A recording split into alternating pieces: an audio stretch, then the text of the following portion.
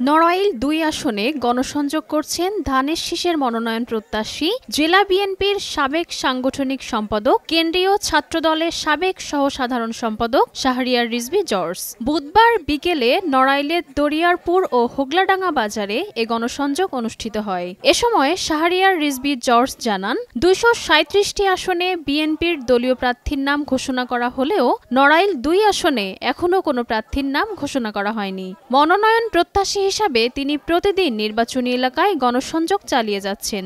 দল যাকে মনোনয়ন দেবে তার জন্য সবাই একযোগে কাজ করবেন। এ সময়ে বিএনপি ও অঙ্গ সহযোগী সংগঠনের অন্যান্য নেতাকর্মীরাও উপস্থিত ছিলেন।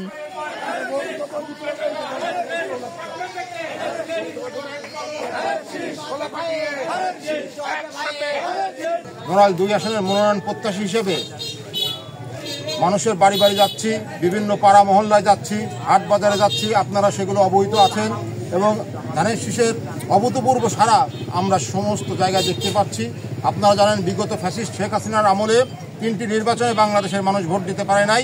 সেই জন্যে বাংলাদেশের মানুষ ভোট দেওয়ার জন্য উদ্গ্রীব হয়ে আছে এবং তারা ধানের শীষে ইনশাল্লাহ নড়াইল ২ আসনে তারা জয়যুক্ত করবে এই আশাবাদ এবং আমি ব্যক্ত করছি ইনশাল্লাহ। বিএনপি কোনো গুপ্ত সংগঠন না যে বিএনপির মনোনয়ন গোপনে দিয়ে দেওয়া হবে।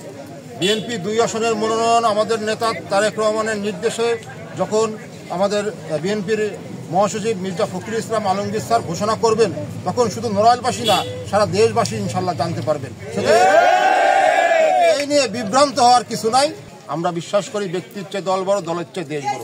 শুধু ব্যক্তি কোনো বিষয় না, ধানের শীষ যার হাতে তুলে দেবে নড়াইল ২ আসনবাসী তার পক্ষে ইনশাল্লাহ ঐক্যবদ্ধভাবে কাজ করবে, এটা আমি বিশ্বাস করি।